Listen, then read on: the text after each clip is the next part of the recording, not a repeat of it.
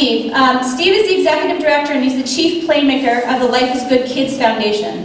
It's a non-profit organization that uses play to strengthen and heal children whose lives are deeply impacted by trauma.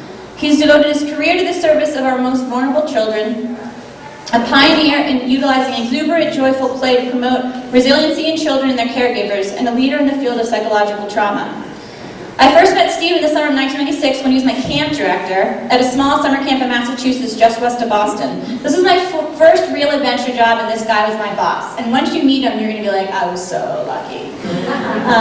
Since that meeting, we've remained friends, and I'm constantly impressed that this really laid-back guy has done such miraculous things with his life. I'm proud to have him as a friend, I'm proud to have him as a fellow social worker, and I'm really proud to have him as a colleague. So I'd like to introduce Steve Gross.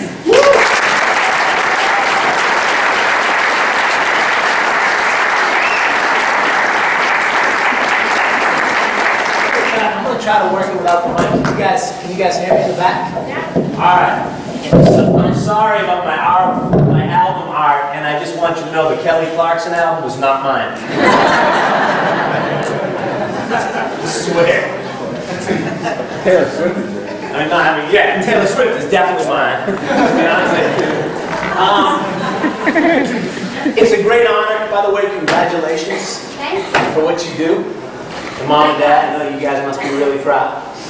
I want to start today by sharing a little story with y'all.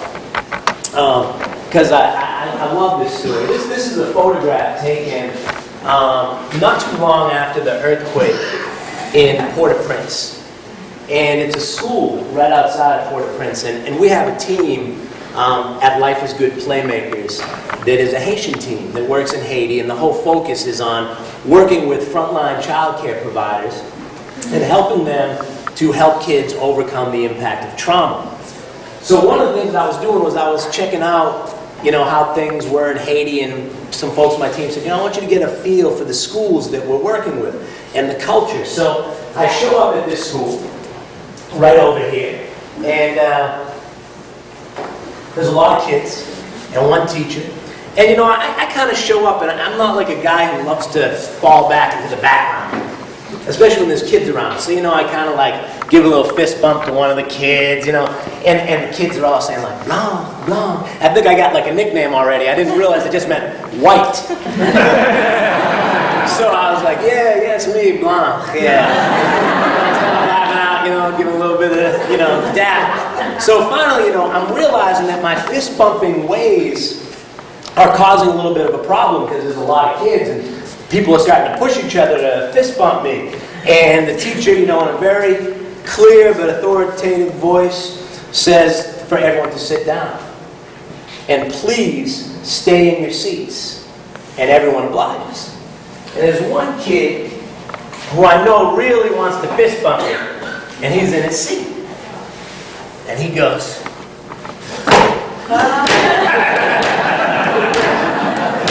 through the whole classroom until he gets right up to me, he's still in his seat, and he gives me his fist bump. And I wait.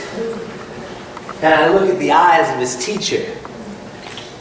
And I know that one of two things is going to happen. Number one, he's going to be honored for his wisdom, his creativity, his passion, his exuberance. Or he's going to be humiliated and scolded and chastised. And I waited.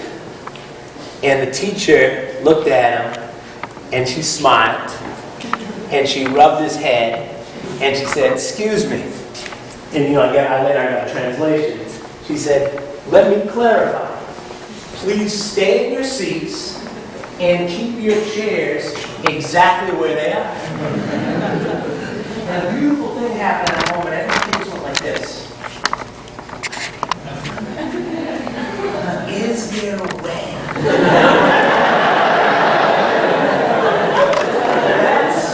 That's experiential education. Life is experiential education. What I learned that moment is I felt really great when I left there because that little boy had it. And he was in a place that actually honored and celebrated it. think about what is that it that is really kind of the single most important trait that a child can have that will empower them to overcome adversity. And I have a thought on it I'd like to share. I guess the first opportunity for me to share, because I'm standing right in front of you, that I actually believe the single most important trait that a child can have is a trait of playfulness. That playfulness allows children to be at their best and to be resilient. And the possibility is that it's not just about children. Is it possible that playfulness is the single most important trait that any of us can have? So I want to spend today, a little bit of today, if you're cool with it, talking a little bit about some of the things that get in the way of playfulness. And how playfulness can help us all, and the kids that we work, and the families that we work, and the adults that we work, be at their very best. That sound like an okay plan? Okay. So I want to talk about playfulness and stuff. Playfulness is the kind of thing like, if you've got to explain it, if you've got to talk about it, it's really hard to capture it in words. Because playfulness is not really just a prefrontal cortex concept. It is a concept that's within us. So, I like to look at Bob Marley, who said, who feels it knows it. He said it much cooler. He was like, who feels it knows it mine. That vibe. But Bob knew there are some things in life that you can't talk yourself through. You can't tell someone what love is if they've never felt love. Or what deep sorrow and pain and sadness is if you haven't felt those things. So what I would like to do, with your permission in a little bit, and I brought some beach balls, is that we can have like maybe a little play experiential. Okay, I think this is a perfect group to do it. So if you want to, in a little bit, we can move the chairs a little bit. I'm kind of telling you, I'll show you, it's going to be pretty simple. But just a chance to spend a few minutes playing together and then reflecting a little bit. But my question for you all before I do that is, how many folks in this room consider yourself a player?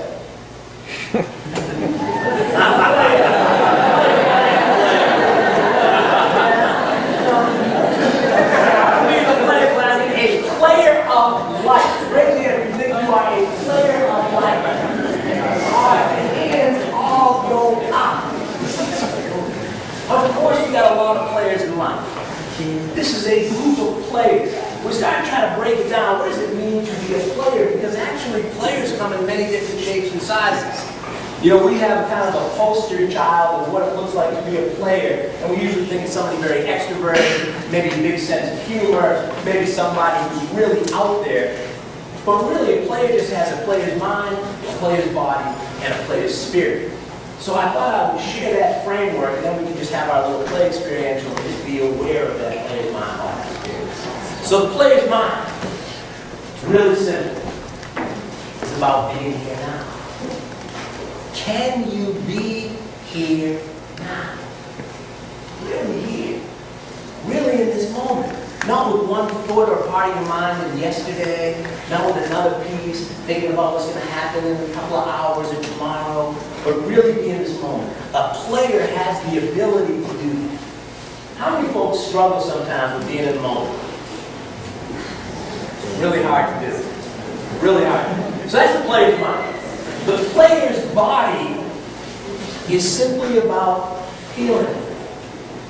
Feeling it with whatever senses you have available. So smelling it, hearing it, seeing it, touching it, tasting it, whatever senses you still have left, can you experience it and feel it? That's the player's body. So if you can be here now and you can experience it, you got player's mind, player's body. And now for the player's spirit. Really simple. The player's spirit is all about our breath and our smile. Our breath and our smile. If you are breathing and smiling, you got the player's spirit. So, you cool doing a little breathing and smile one? Alright? Anybody here cool doing a breathing and smile one? Yeah. Alright. Sure? Yeah. Alright. So all all you got to do, now by the way, everything that I suggest and everything that I ask, I mean, it's really important, is for everyone to feel that they can participate on whatever level you're coming. So if you are in the room, you are here, you are paying attention, you are participating. Okay? So don't feel pressure to do anything, even any of the activities, because we're open to any type of participation. But first thing with breathing smiles, I'm going to ask you to just smile. It doesn't have to be a cheese smile, but a smile. And you can also smile with your spirit, with your heart. You know, sometimes a smile doesn't have to be wide. Sometimes you can smile with your eyes, you can smile with your face. But I want to ask you all to get a smile. And we're going to take a deep breaths together. Now, if you're a little self-conscious and you don't want people to see you, just close your eyes. It's going to get a smile on your face. It's going to feel good. I'm telling you. I know it feels a little odd, but I know. Just get that smile on your face. Alright, yeah. Feel that seat underneath you. Breathe in. And out. Breathe in. And out. Breathe in. One more time. Breathe in and out. I don't know about y'all, I feel great. So that is the player spirit. If you remember nothing from today, the one thing that I think has gotten me through some pretty sticky situations in my life is the ability to breathe and smile. Even when the smile is not super wide like this, but breathe and smile before, you know, taking that time to say that sometimes your joy is a source of your smile. That makes a lot of sense. But there's a lot of research, and taking that time also said that sometimes your smile is the source of your joy. That just by smiling, you trigger a chemical reaction. You release dopamine, oxytocin. You actually increase your immune system, your metabolism. You relax yourself just by smiling, even if you don't necessarily feel it to begin with. And you know what else is interesting? You do the same thing for everybody else who's looking at you. Because when you look at people who are smiling, the mirror neurons in your brain fire. I'm looking at you, you're smiling, I'm smiling. It changes everything. We're not individuals, we're spreading that vibration everywhere. So think about it. So, what I'd like to do is, now by the way, does this thing go loud, the speakers? Yeah. Because I got a Kelly Clarkson track that's going to blow out. I got some music on that I want to play. Because what I'd like to do is, I get like 5 or 6 volunteers to come on up here, right over here. Come on up. It's going to be really simple. All right, thank you. Perfect. Come on up. No, you can come on up too. You need more. There. All right. So we're just going to make a small circle back here. And all it's going to happen is I'm going to put on some of the greatest beach ball tapping music ever made. All right? This song was selected just for beach ball tapping. And all we're going to do is just kind of tap the beach ball. There's no real rules. You just do whatever you feel like doing. Okay? That's all going up. Feel it out. Yeah. Okay. All right. And don't worry if it hits the ground. You just pick that back up and do it again. Yeah, don't worry. There's nothing to worry about. I mean, it's not. There you go. Keep it up. Bring the music. And that's all we are going to do. You guys are really good. It's like I've done this before. Please stop.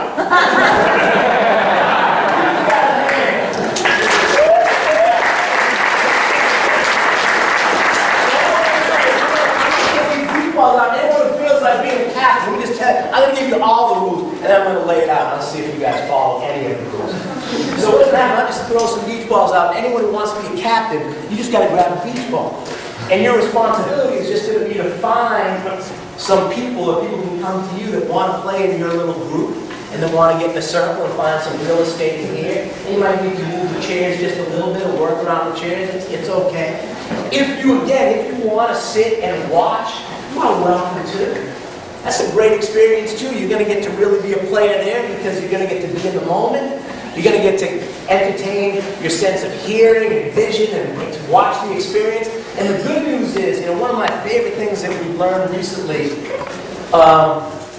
in my field, in looking at trauma psychology and looking at, you know, I'm a clinical social worker by trade, but I had mentioned mirror neurons. How many folks have heard some of the research on mirror neurons? I didn't realize, you know, for those of you who haven't, mirror neurons, we are biologically primed to want to connect with each other. So even if I don't know, when we're looking at each other, our neurons and our brains are firing together to try to experience what the other person is experiencing.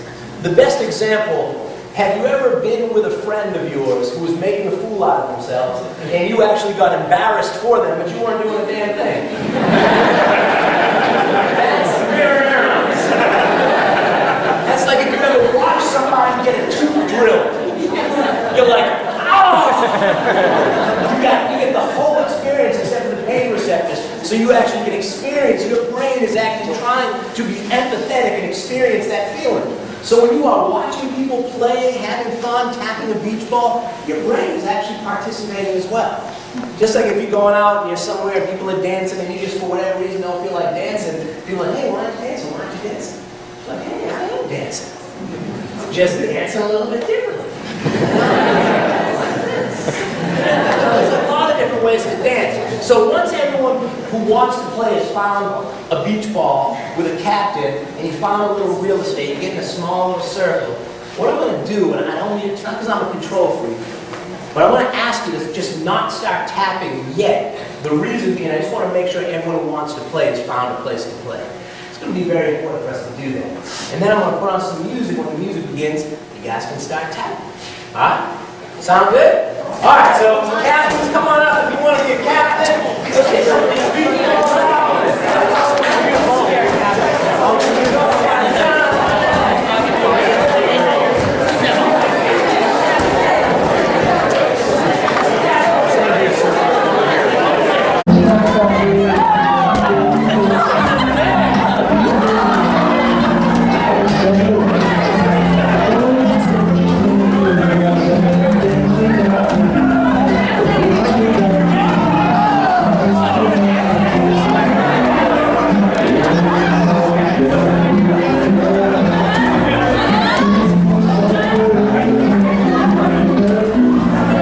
Great, yes sir. Just something simple, we're able to connect with other people. Yeah. We're also just connected. Yeah, see, this is interesting. How many folks feel kind of, even if it's just a little bit, more connected as a group now than maybe you did 5 minutes ago? See, one of the interesting things is that when we think sometimes as human beings about connection, we think about talking. We think about, hey man, hey, nice to meet you. Where you from? Syracuse? Oh yeah, good to meet you. Love your hat. You know, that's part of what's going on. But when we do that, that's like a really teeny tiny part of our brain, especially my brain. That's our developed prefrontal cortex. That's even the verbal lexicon of our prefrontal cortex, that somehow we think that when we're doing that, we're connected.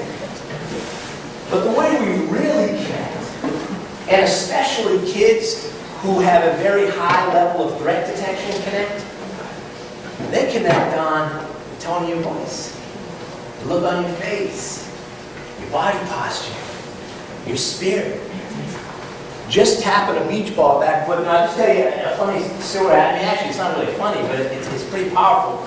My office was at the trauma center in Boston, and I didn't work with one-to-one clients at the trauma center, and my office was right near the waiting room, and I liked it that way because kids would come to the trauma center, and I would come out and I'd try to know every kid in the center, even though I wasn't doing treatment with them. I felt like I could kind of make their experience a little bit better by coming out of my office and just being friendly.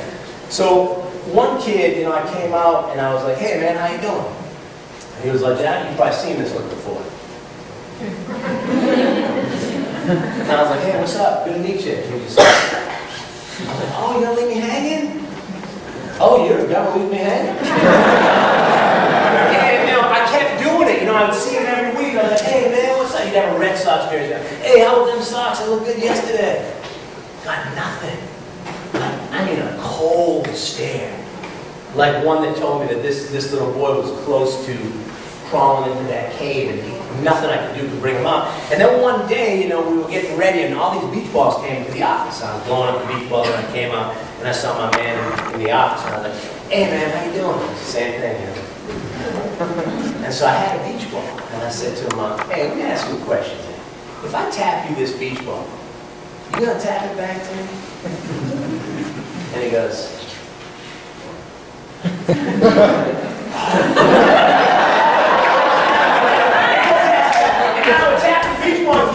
and so I knocked the bookcase over in the office, like a little bookcase with like Highlight magazine, and we knocked it over. And one of the clinicians comes out of the office, like, excuse me, Stephen, I'm in a session, we're doing treatment, you got who's not about? And I'm like, oh yeah, my bad, sorry about that. And I look at the kid and he just woke up. And all of a sudden, we were buddies.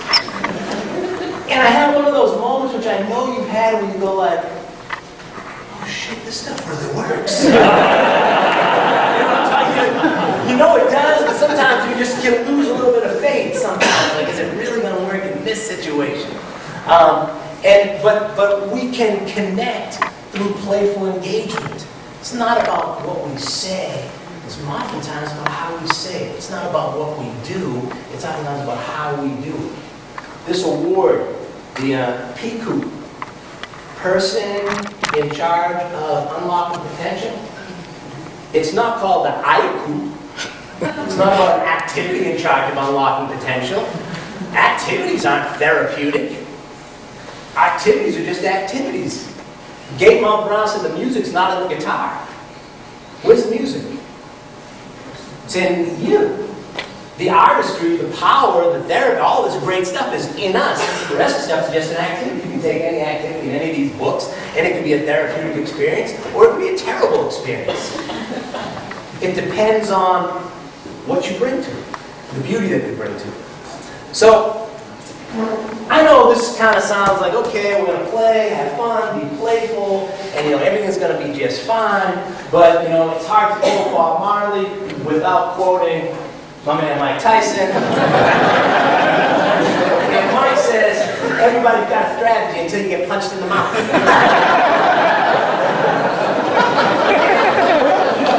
And I don't want to offend anyone by showing them, Mike. I know Mike Tyson hasn't walked the greatest path in the world. And I'm not looking at Mike Tyson as a source of infinite wisdom and morality. But what he's saying is important. What he's saying as a metaphor in boxing, that we all have a strategy, but what happens when we get punched in the mouth? Figuratively. What happens when the things that we're trying, when it's hard to see joy, when it's hard to see connection, when it's hard to see hope, when it's hard to feel powerful? And we have a lot of kids who get punched in the mouth. So I figured right now, while I had you here, and we were captive by it, I wanted to ask you a question. So I wanted to ask that, according to the Journal of Preventative Medicine, what is the most threatening health crisis in America? Sorry, it's a little too loud. Is it A, obesity-related conditions? Is it C, cancer? Is it D, adverse childhood experiences? Or is it D, heart disease? Would anyone like to come in the hot seat right now? Who's coming up? Anybody? Hold on a second. I got $1 in my wallet. I will give you a beach ball. Who wants to take a chance at answering this question? Come on. Get on down. Come on down.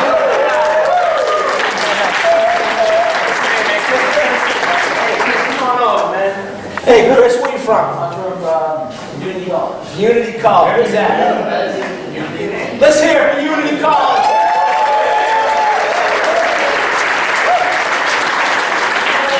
There's something interesting about yourself. Something interesting. Something odd and interesting about yourself. Yeah, something actually mildly disturbing.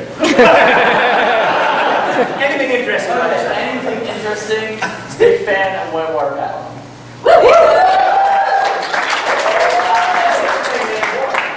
You know the game, you can use some lifelines, you can phone a friend in here, you can do 50-50, you can poll the audience, or you can go straight up. The question here is, according to the Journal of Preventive Medicine, what is the most threatening health crisis in America? Is it obesity-related conditions? Is it B, cancer, C, adverse childhood experiences, or D, heart disease? I'm going to ask the audience. Yeah, poll the audience. All right, you want to poll?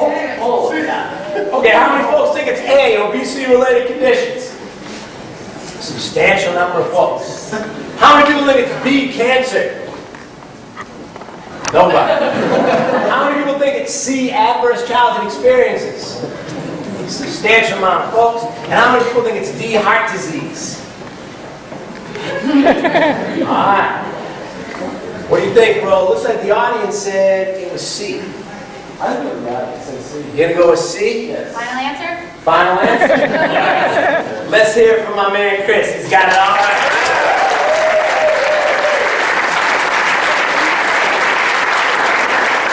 All right. So, you know, I don't mean to trivialize because it's serious stuff. But the most threatening health crisis facing Americans is exposure to really bad, scary stuff. Things like abuse, neglect, witnessing violence, living at home with a substance abusing parent or a mentally ill parent who's not receiving any kind of treatment. Situations that overwhelm and terrorize kids, being referred to as toxic stress, traumatic stress, which actually changes the way children's brains develop. And what they're saying here is that, interestingly enough, the CDC did a study and was saying this is not a mental health crisis, this is a physical health crisis. That actually overwhelming fear in young children makes children sick and shortens their lives. And they had a paradigm which said, okay, let's say a child has had toxic stress in their lives. Let's say they're hiding under a chair when dad comes home drunk and is beating up mom. And they go to school the next day, and how might they be in school, that child? They might be aggressive, they might be withdrawn, they might not be able to pay attention, they might be exhausted, they may be angry, they may be sad. But what's going to happen is they lumped in a number of kids who would have those experiences who develop some social, emotional, and cognitive impairments as a result. It makes sense. Your brain changes, your behavior changes. And then some of those kids who have social, emotional, and cognitive impairments, it's really hard to get through life. It's hard to be successful in school, it's hard to be successful out of school, it's hard to be successful with friends and family sometimes. And so children with those social, emotional, and cognitive impairments are more likely to engage in health risk behaviors. What are some things that some kids do because they don't want to feel bad anymore? They don't want to feel scared anymore. What are some health risk behaviors that kids do that in the short term may help, but actually in the long term kind of makes them sick? Well, it depends on what age group, but using drugs. Okay, yeah, using drugs, drinking, substance abuse. Yes. Self-mutilation. Self-mutilation, maybe hurting themselves. Some kids may engage in promiscuous sexual activities. Some kids may join gangs because they want to belong. Some kids may behave very recklessly. Some kids may not sleep at all. But what happens is these kids who have, do health risk behaviors and live a lifestyle with a lot of stress and a lot of negative health risk behaviors are more likely to get disease and disability and ultimately premature death. So what the CDC was saying is we might have somebody who dies from lung disease, which was based on a lifestyle that was because of a coping for an adverse childhood experience that was never treated. Same with heart disease, same with obesity. Okay? There's a huge connection between obesity and exposure to traumatic stress. So what happens here is we have lots of kids in the United States, and whether you know it or not, that are living every day in toxic, stressful environments. Now, I want to share a piece of research with you, and I promise, I know you're like, I thought this guy's from Life is Good, I thought it was supposed to be uplifting. I think it's really important, it's interesting because if I talk to a group about trauma sometimes, people go like this, oh wow, that guy must be pretty smart. Like he's talking about the neurophysiology of trauma, that's really an important thing. And I was like, okay, good, maybe we should listen to him. When you start talking about joy, love, peace, creativity, wonder, people like, some of that Northern California shit. It's got a different vibration when you start talking about things that people consider soft. But the things that we consider soft are really the only things that make a difference in what we're talking about. Joy, love, feeling empowered, giving to other people, relationships, it's all about that. So, what I wanted to share with this guy by the name of Jacques Pansett was studying play in mammals. And he was realizing, as you guys know, all mammals play. That's how they learn. When mammals play, their brains develop.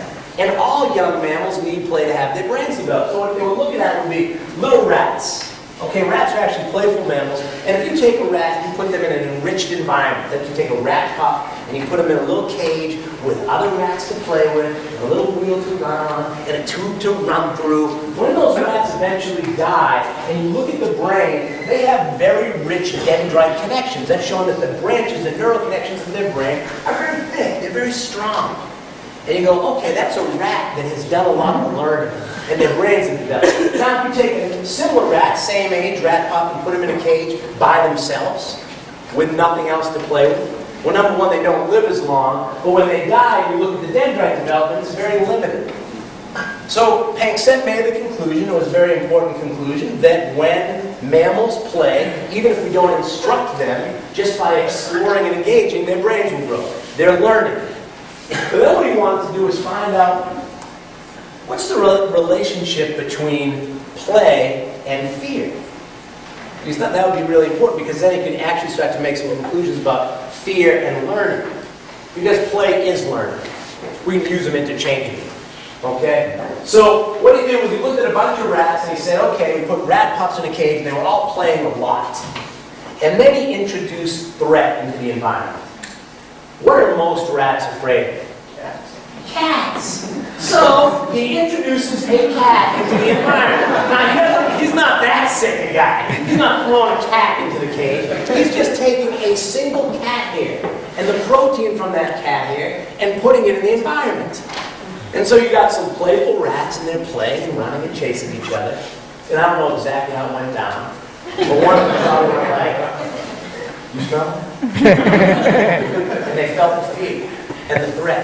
And what do you think happened to the play once the rats sensed that a cat was in the environment? It stopped. It went to nothing. They froze. That's what rats do. The play went to none. And then Panksepp took the cat hair away, waited a while, and what do you think happened to the play? The cat's away, the mice can stay. That, unfortunately, is a little bit of a myth because the play never went back up. It went up a little bit, but it never came close to the peak of young mammal play. And Panksepp drew the conclusion that when young mammals are exposed at a formal, a formative time in their development to a threat that is life-threatening, that their brain, body, and behavior changes forever. Now, I told this to a group of teachers in Mississippi after Hurricane Katrina. One of the teachers, her name is Tina Brown. And Tina Brown, anyone here from Mississippi? You ever been to Mississippi? God, yeah, you know the vibe. And Tina Brown goes, let me tell you something, honey. Those rats, they never had a teacher who's going to help them play again. Praise! And everyone jumped out. And that was true. We're not rats. We're not rats. We have a prefrontal cortex. We can be altruistic. We as adults with kids who are terrified, we can actually remove cat hair from the environment and we can help them feel safe enough to play again. See, adult rats, they don't do that. They do the exact opposite. If you put an adult rat in a cage with young rats and toys, guess what the adult rats do? They hoard the toys, and they nip at the young rats who try to use them. Adults, you never do that, would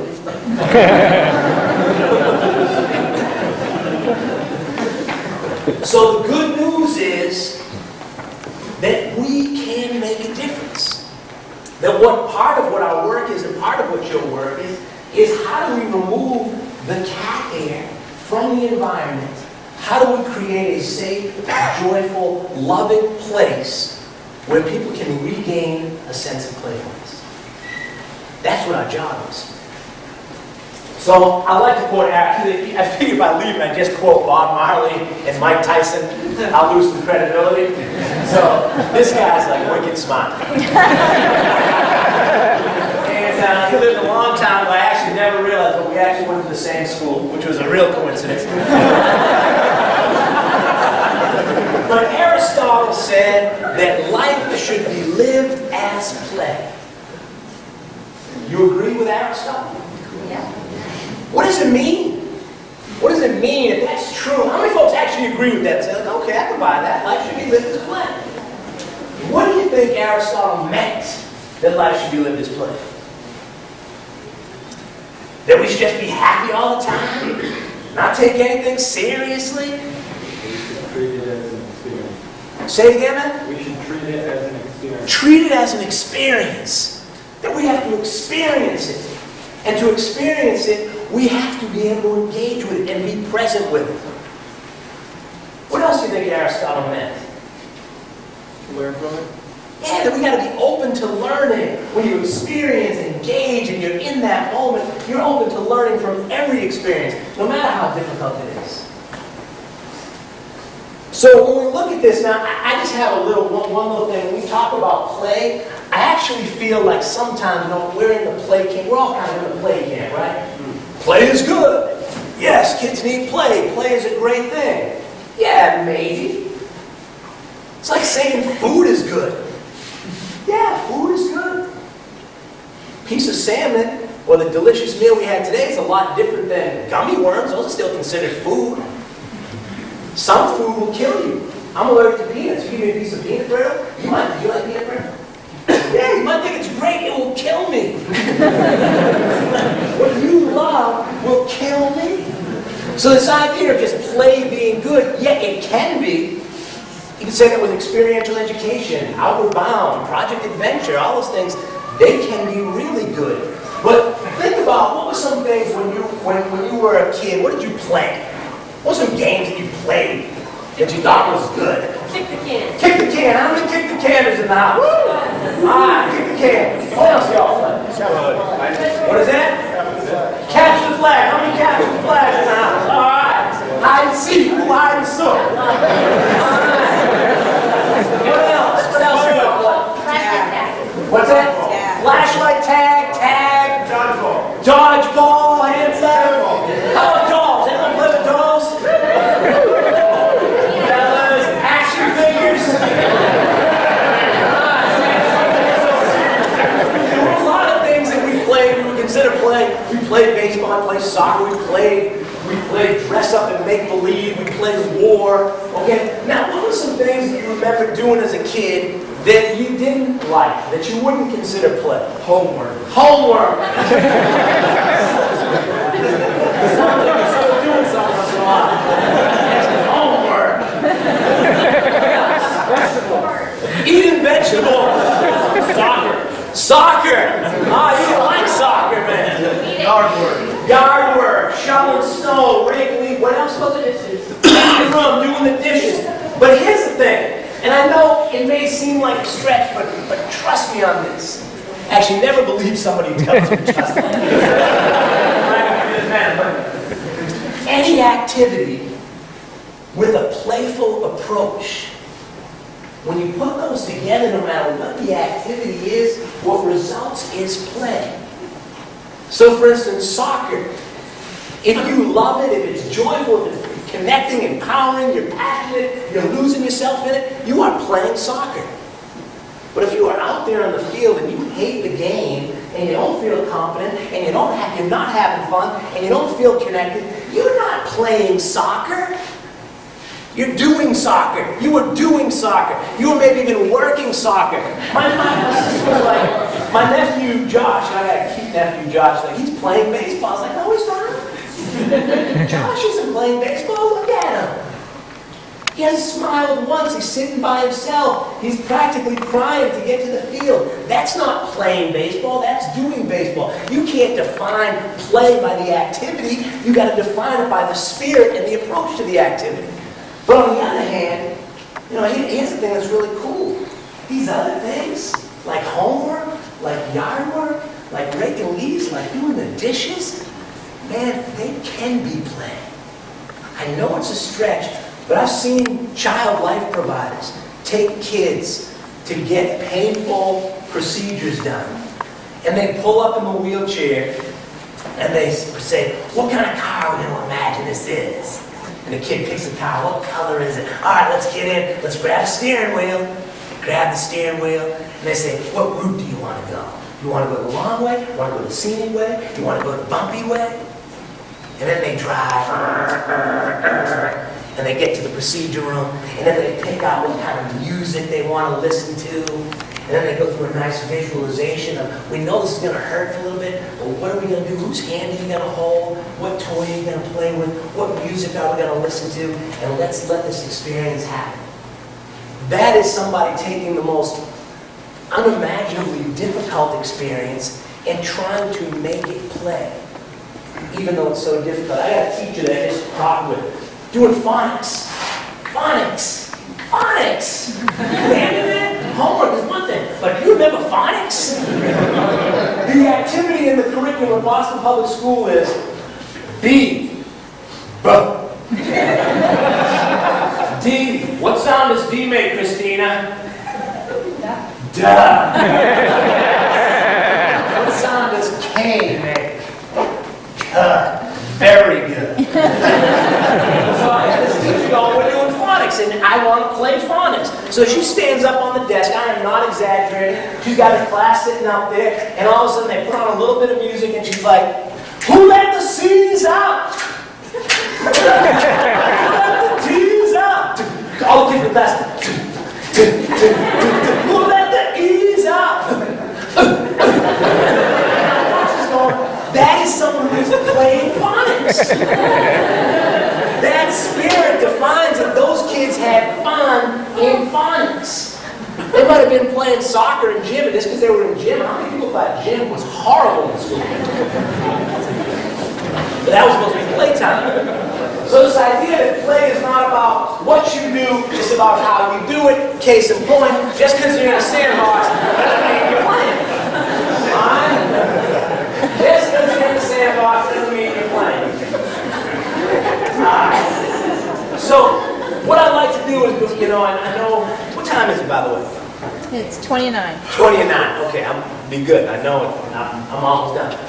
But if we're going to say that playfulness is the single most important trait that there can be anywhere, you walk into a school system and you talk to the superintendent, you ask what's the single most important thing that a school system is going to do for their kids, I will guarantee you that 99.99% of them are not going to say, we want to produce playful students. If you go into a residential foster care setting in a clinical environment, you ask what the treatment goals for kids are, you're very really going to get the head of psychiatry that says, we're looking to help our kids to be playful. They may have things that will relate to it and are part of it, but I think we misunderstood. Playfulness is kind of like the Rodney Dangerfield of traits. It doesn't get any respect. And so, if we were to define it, and we have, because we're trying to measure it, is that playfulness is the motivation to freely and joyfully engage with, connect with, and explore the surrounding world. Well, what could be more important than that?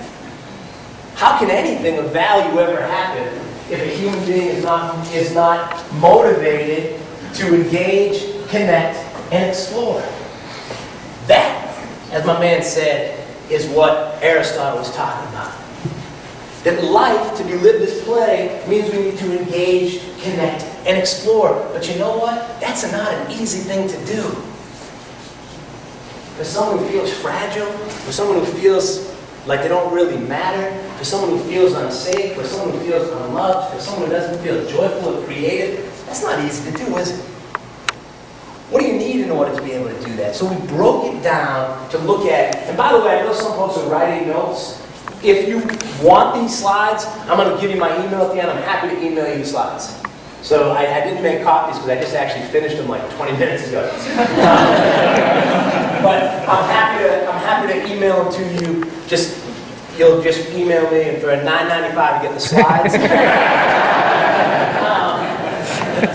So I want to look at 4 domains, 4 ingredients of playfulness, and I just want to make sure I have a little bit of volume because I think I do. Okay, so number 1, we look at playfulness is joyfulness. You will never reach your playfulness potential if you don't have joy. Joy is kind of different than that. Joy is like enduring happiness. Happiness that happens even when the situation doesn't dictate it. And I was thinking about it, and I was trying to think like, I got a friend named Rudy, who I'd like to introduce you to. He's one of our playmakers in Haiti. And when I first went to visit and first met him, I felt bad for him. I felt bad for a lot of people I met. They're like, oh man, let's stop living here. Like, they got nothing, and he's got no place to live. He's living under a tarp like this, and his school is destroyed. And I don't know, man. My heart aches for him. Yet he was so positive. So I had to ask him a question. Now, what's your secret, man? Because here you are, you're like the most joyful man I ever met. And I know, life hasn't always been easy for you. But how do you stay so positive? How do you stay so joyful? There's one thing everybody should know. Joy is not outside, it's inside of them. So they have to create their own joys. I mean, it's natural, earthquakes should happen, it should happen, problems should come. That's life. Life is problem and happiness. Life is, if you just have happiness all your life, you're not living. You just exist because you only know the positive. You should know the both of them. So that's life. So what you need is inside of you. God created you with all the things that you need. So you have to just find it. It's inside of you. Yeah, that's it. Good man. Here's some love, Doug. Bruce said a couple things there. Number one, that happiness is not outside, it's inside. It's inside of us. I think of this story. I don't know if you ever heard this story. This little boy is playing baseball. He's playing right field. He's 8 years old. And I don't know if you played right field at 8 years old. Usually it's not a sign that you're a superstar. And this little kid's the happiest kid on the baseball field. He's doing that thing. That baseball chat thing. Come on, kid, don't bet a kid. And we go, kid. He bounces around. It's like, just doing a pirouette every time. And he's like fired up. And his father comes to the game, parks the car. It's like the parking lot's right near the outfield. So he sees his son. He's like, hey Kev, how you doing? He's like, hey Dad, I'm doing great. It's awesome. Father's like, cool. What's the score? He's like, 23-0, baby. Father's like, that's awesome. You guys are winning 23-0. He's like, oh no, we're losing. So the father says to him, well, you're losing 23-0? Like, what are you so happy about? And the little kid was like, Dad, we haven't even been up yet. I used to think when I heard that story, I used to think like, oh, okay, I get that story. That means like the little kid was like, he just felt like he was going to come back and win. It didn't matter that they were down because they were going to win. And I realized, don't worry about that. That was supposed to happen.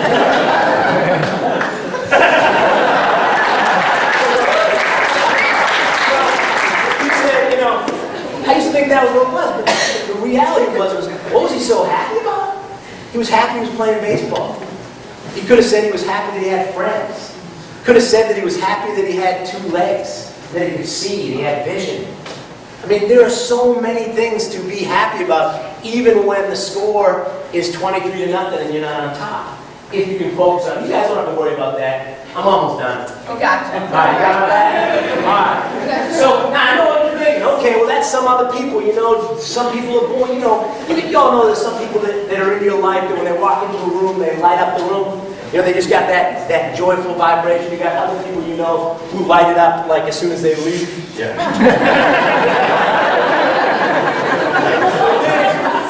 So, but what it looks like, and if you're studying any positive psychology, I know you are, that we do have control over our happiness. That it actually is a choice. And that part of it, it looks like about 50% of our foundation of happiness is genetic. So those people that light up the room, they're kind of born with that glow. And some people aren't. And weirdly enough, thank you very much, only about 10% is circumstances. The things that we think are going to make us happy, they're really almost not even that relevant. Because we think like, I meet the right girl, I meet the right guy. As soon as I get a bigger house, I want to get a better car. As soon as I move, when I get this next job, I'm going to be happy. But it turns out that there's really not that big a difference. The top 500 wealthiest people in the United States are no happier than the lower middle class. What we think is going to make us happy doesn't really make us happy, but really the cool, and actually, what was amazing? That lottery winners, within a year after winning the lottery, go back to their baseline level of happiness. But even more staggering, people who lose a limb due to a medical treatment that may go down in their happiness, actually within a year go back up to their same level. We kind of have a baseline which we can float back up to. But here's the big one. There's a whole bunch of stuff that we can do that can make us happy. Intentional activity like what Rudy did. Rudy meditates. Rudy does martial arts. He's actually, that was a martial arts. Hold something. But he's, he's into martial arts. He works with kids. He teaches karate to kids. He helps people. He does all of these things that intentionally allow him to be happy. So he was probably born up here, but then he's doing all this stuff. This circumstantial stuff isn't going to hold him back. So joyfulness and making a commitment to figuring out how we're going to find that joy, really important. Just jump into domain number 2, social connection. We need people. We are herd animals. The quality of a person's life is in direct proportion to the quality of their relationships.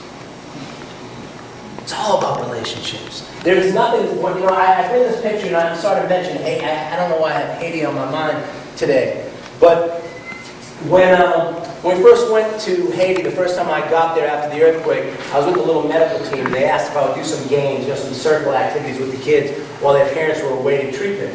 And I said, well, it's just myself, I'm here, and I wasn't really preparing to do that stuff. I just have like a little parachute and some stuff, like, is that going to be enough? They said, yeah, no problem, there's only like a handful of kids who are healthy enough to play. So we went out, and sure enough, we started to play, we brought the parachute up, we had a great time, and people were laughing, and then within about 20 minutes from that experience, we had to take the parachute away because every kid who they thought wasn't healthy enough to play, and hearing laughter, wanted to play. They really weren't attracted so much by the game. The game, to be honest, it sucked. When you're trying to stall for time, and let's just hold hands and sway a little bit. No one had shoes, it was dangerous, I didn't have a lot of equipment, I didn't have other adults with me. It wasn't that it was a fun activity, but the draw that it got children to get up even though they were hungry, they were thirsty, they weren't feeling well, they were exhausted, was a desire to connect. Social connection is at the root of our playfulness. So these are 2 of the 4. This one, which is really important that Panksepp talked about, internal control. This is the one where you feel strong, powerful, worthy, safe. You can't engage, connect, and explore with the world around you if you don't feel strong. You don't feel like you're of value. I think about that little joke, the girl drawing a picture in her class, and the teacher asked what she's drawing. So she's drawing a picture of God. And the teacher's like, well, honey, nobody knows what God looks like. The little girl's like, they will when I'm done. That's internal control. I got a son, he's 21 now, but when my son was 9, he was like a kid that had a lot of trouble. And I took him to this house, to a fundraiser. It was like a really expensive house in Dover, Massachusetts, by a couple who were doing a fundraiser. They had no kids. That couple, they had like the house was like an art museum.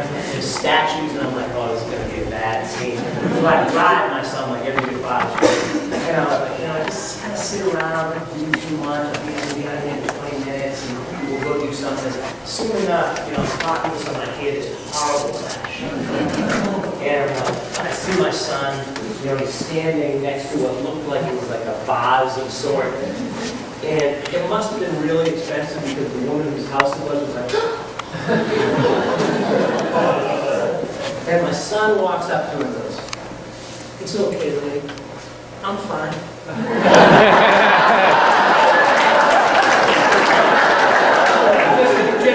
Just drink for a second, I'm good. That's very comforting. Very comforting. When I look back at it, that's what internal control is about. He's more valuable than that vase, I think. I have the numbers on the data. But to me, and to him, he was. That's just the thing. He's a child. He's got a spirit. Kids got to believe that the world revolves around them. I mean, after a while, when they're 25 and they act like that, it's annoying as hell. They need to feel that way. So we need to have that sense of internal control. And then the last thing I want to share is this idea of active engagement. This is that idea of being in the moment where everything is cool. Where everything you do, you can be here now. And I want to Sure, when I was working with Turkey after the earthquakes, there was a time check. Got 3 minutes? 5, okay, cool. I was working with a social worker in Turkey, and it was after some earthquakes in 2000, 2001, and she had a great classroom, and we had taught her this intervention where kids could play in their classroom. The teachers would read music and drama and games. It was going to be great. It would help the kids with the healing. And so one of the older groups she was working with, she starts to invite them to play. And one of the kids says to her, why are you doing this? Don't you realize we just had an earthquake? Don't you realize there's people in this classroom, their parents have died? Don't you realize that? And he was furious. Don't you realize that we live on a fault line and we're going to have another earthquake and you want us to play these stupid games? And the teacher was amazing. She had a glass of water. She put it on the table.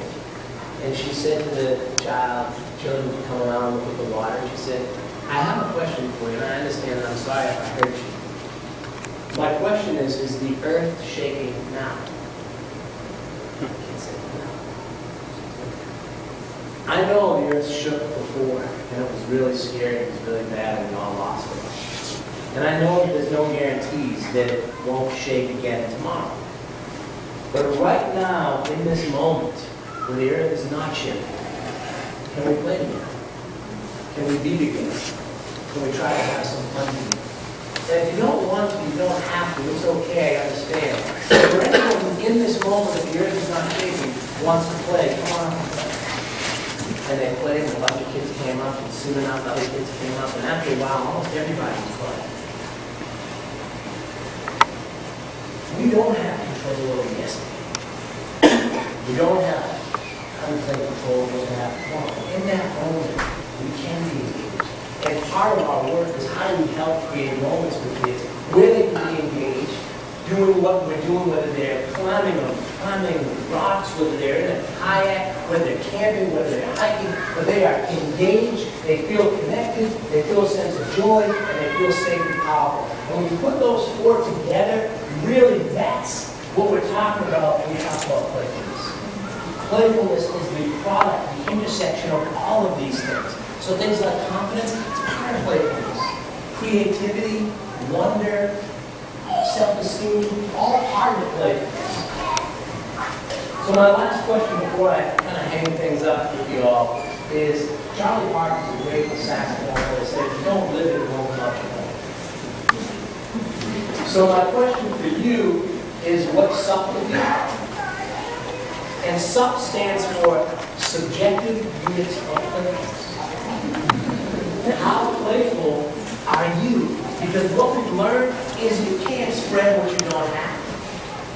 If you're going to try to spread a sense of joy, love, community, empowerment, self-esteem, creativity to children, you've got to combine those things. But oftentimes, how many folks here work in challenging situations with challenging populations sometimes? How many folks have sometimes felt the burden of that in your heart and in your body? Of course. Especially the more empathetic we are, the more we care, the more that stuff is heard. So what this piece is here, one message that I want to share with you all, is this idea that nobody's joy, nobody's playfulness is more important than your own. I don't care if you have 10 kids. And I could be a professor. I would like to talk to you after class and figure out how you do it. But we can't spread to anybody what we don't have for ourselves.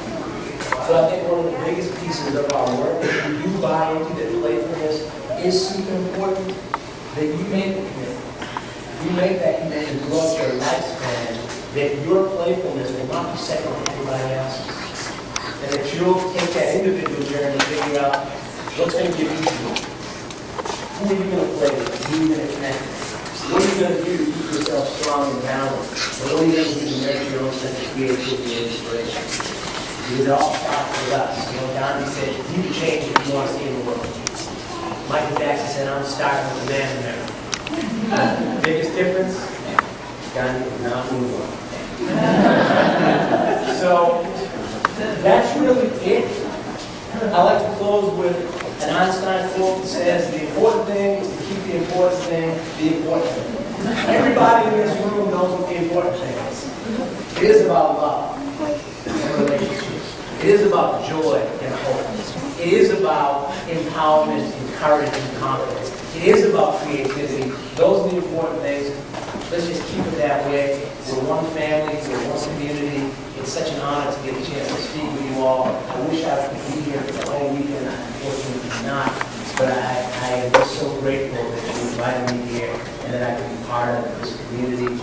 This is my contact info. If anybody wants to get in touch with me, if you want to get some slides, if there's anything I can do, it's all up here. Just thanks for this opportunity. I appreciate it.